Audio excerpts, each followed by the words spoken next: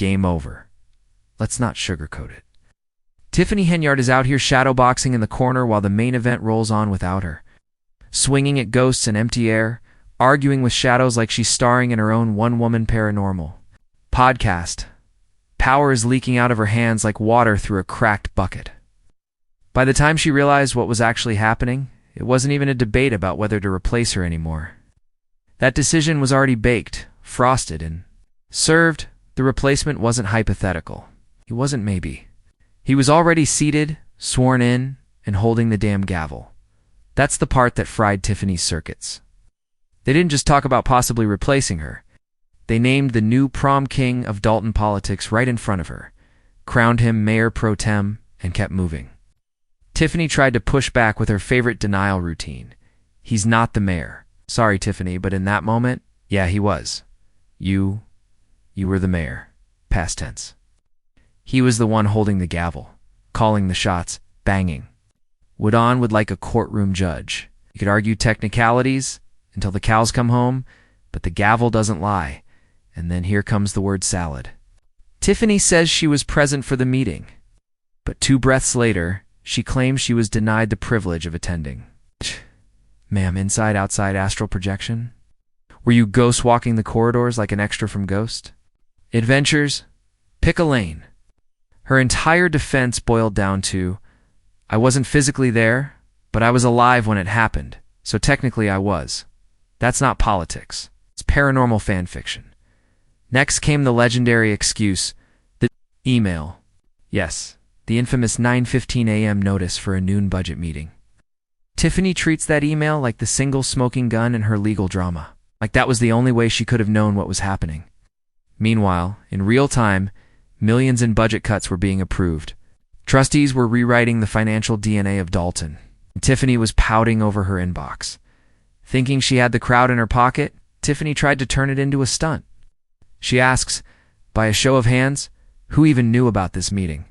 She thought she was about to score a dunk, expected silence, expected crickets, expected heads shaking in confusion. Instead, the room lit up like a Christmas tree, hands raised. Voices shouting yes, clear, loud, unmistakable. Tiffany's face cracked instantly. Panic mode activated. She tried to spin it back. Nobody knew. Just 3 of y'all, ma'am. No, you asked. The room answered. And it wasn't 3. It wasn't silence. It was yes, yes, yes. End of story. You don't get to remix reality after the audience gives you the answer. This ain't karaoke. And let's be honest, that last-minute email wasn't even the real notice. That was just a courtesy reminder. The actual notices went out earlier. Tiffany knew it. Everyone knew it. But instead of owning up, she doubled. Down, spinning like a busted carnival ride. Why lie about something so easy to check? It's like Googling your alibi while you're still testifying. Then she pivots into transparency talk. Complains the trustees didn't explain the budget cuts enough. Okay, fine, that's at least a real point. But then out of nowhere, she veers into bragging about how she hasn't approved a liquor license in over a year and a half. Like that's some badge of honor, no ma'am. Your town is starving for restaurants, bars, and nightlife. You are the blockade. It's not leadership, that's sabotage. Meanwhile, Kamal is standing next to her, looking like he permanently smells of the devil's lettuce. Tiffany's out here playing Prohibition Crusader, bragging about shutting down liquor licenses, while her right-hand man looks like he just hotboxed the parking lot. The irony is choking, and then Tiffany admits it flat out. She didn't deny those licenses because businesses weren't qualified.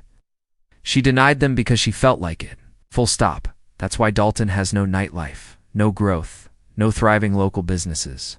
She killed them herself. She thought cutting off alcohol was some moral victory. The reality? She pushed residents to spend their money in the next town over. If people could at least grab a drink after work, maybe they'd tolerate her chaos. A little longer. But nope. Tiffany slammed the door, called it principle, and lit the economy on fire. Now let's get into the receipts. The trustees weren't just cutting numbers. They were erasing her fingerprints from the books. Vehicle licenses cut from $95,000 to $70,000. Fire recovery revenue slashed from $75,000 to $20,000. Fines. Down from $25,000 to $15,000. Bond loan proceeds. Shrunk from $1.2 million to $1.1 million. Why? Because those weren't revenues. They were Tiffany tax add-ons, little schemes built into the system. The trustees scrubbed Dalton's budget like they were cleaning a crime scene. Her empire of small hustles was collapsing in real time. She still thought the audience was with her. She asked if anyone knew about the budget meeting. The room Said yes. She tried to rewrite it. Didn't matter. Everyone saw it. Everyone heard it, and then came the citizen truth bomb. A resident, bless their soul, stepped up to the mic and said what everyone had been whispering. Tiffany has a disturbing obsession with hiring people whose resumes look like FBI dossiers. Not little tickets, not misdemeanors, felonies, full-blown, top-shelf charges. And Tiffany loves it. Because if money goes missing, if files vanish, if anything shady comes up, she already has her scapegoats on payroll. It's twisted, it's diabolical, and in its own sick way. Almost genius, then, came the recall attempt. The trustees literally tried to return her like a defective blender. Hey, this one doesn't work. Can we get a refund? Brilliant in concept, messy in execution, but pure comedy gold either way. Tiffany strutted to her podium ready to perform her misunderstood hero routine. To her, she's the savior. Everyone else? The villains. She acts like breathing itself is an act of public service. Cue the dramatic monologue. I wasn't elected by 5 people. I was elected by 82% of the community. And like clockwork, her planted cheer squad bursts into applause. Not random support, not spontaneous. Paid extras clapping on cue like it's a game show. Then Tiffany starts waving around.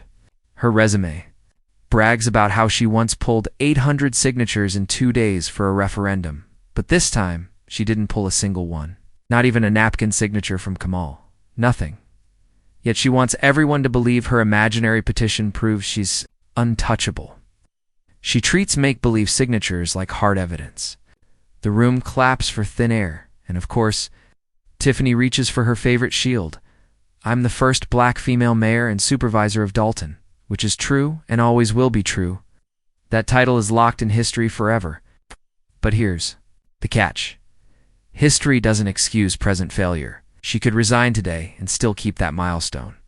What she won't keep is the illusion that she was ever the best. She's cemented as the worst. The history books will note both. Cue the tears.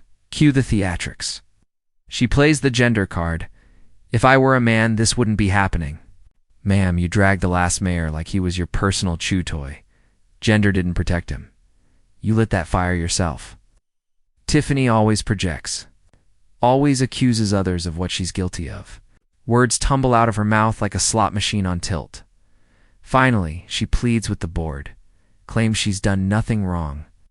Says it's just a difference of opinion. Accuses trustees of ignoring the community. Where were y'all when? The people were crying out. Tiffany, they were crying out about you. You were the chaos. Your squad of bobbleheads, Robert Holmes, the whole ventriloquist dummy crew, nodded through every disaster you unleashed. That's why the community snapped in her final act. Tiffany tries one more flex. I made history. I earned this seat. If y'all want it, wait your turn and take it in 2025. Honestly. That was the sharpest line she's ever delivered. Even Trustee House looked like he almost respected it, but then came the vote to repeal the recall resolution, and the silence was deafening. Tiffany was done. The gavel spoke louder than she ever could. Is there emotion? Silence? Is there a second? Crickets. Could hear the fluorescent lights buzzing louder than the trustees. Just when it looked like the whole thing might collapse into awkward nothingness, here comes Holmes. Of course, it's Holmes. It's always Holmes. The man rides for Tiffany like she's passing out loyalty points. Rumor has it, don't even leave a drink near him, allegedly. The comedy just keeps writing itself. And this is the part that kills me. When you literally pay folks to show up and clap on cue, don't act surprised when they shout, "We support you, girl." Like they didn't just get a gas card to cover the trip. We support you, girl. Yeah, okay. Now where's the envelope? It's embarrassing theater. Tiffany tried to spin it like genuine support, but it was paid applause, staged cheerleading. The clapping was on script. Meanwhile, the actual trustees are stone-faced. Ask again. Is there a second? Nope. Nothing. Please sit down. The trustees push forward with the recall, and Tiffany sulks, muttering that she wishes the people could recall them instead. Classic projection. The woman's allergic to accountability. The crowd shots told the real story. One woman clapping like she just scratched a winning lottery ticket. One dude frozen stiff in a Bass Pro Shops hat looking like a mannequin. Everyone else? Dead quiet. Why? Because the only noise was coming from the back, the planted cheer squad. The same crew Tiffany busts in like it was homecoming, and someone actually called it out on the record. These weren't townsfolk moved by her words. They were extras, waiting for their cue. Then Tiffany tries the "I'm not worried" act, says she's going to keep elevating, says the hate is real, the jealousy is real. Sis, no. The charges are real, the subpoenas are real, investigations are real. The rest, just noise. She flips the script again. Why didn't anyone speak up about corruption before me? Girl, they're speaking up about you. Are the corruption. This isn't about vibes. This is about contracts, lawsuits, and checks with your fingerprints all over them. Every corner of Dalton has your stamp. And the mess is so bad that even your cheerleaders can't clap it away. Then she blames the media, says it's shameful, she's always on the news, tells reporters to get both sides. But here's the kicker. Every single reporter tried. Every one of them. Now what did Tiffany do? Ghosted them. Door. Except for that one time she let Tommy G through. And even then, she ducked. She sent her boyfriend and some thug to the camera instead. Smart. Not even close. Her man steps up, pointing like he's at a WWE win, yelling, chest puffed out. Meanwhile, Tiffany's hiding in the back, blasting her little rap track like, it's an official press release, the lyrics.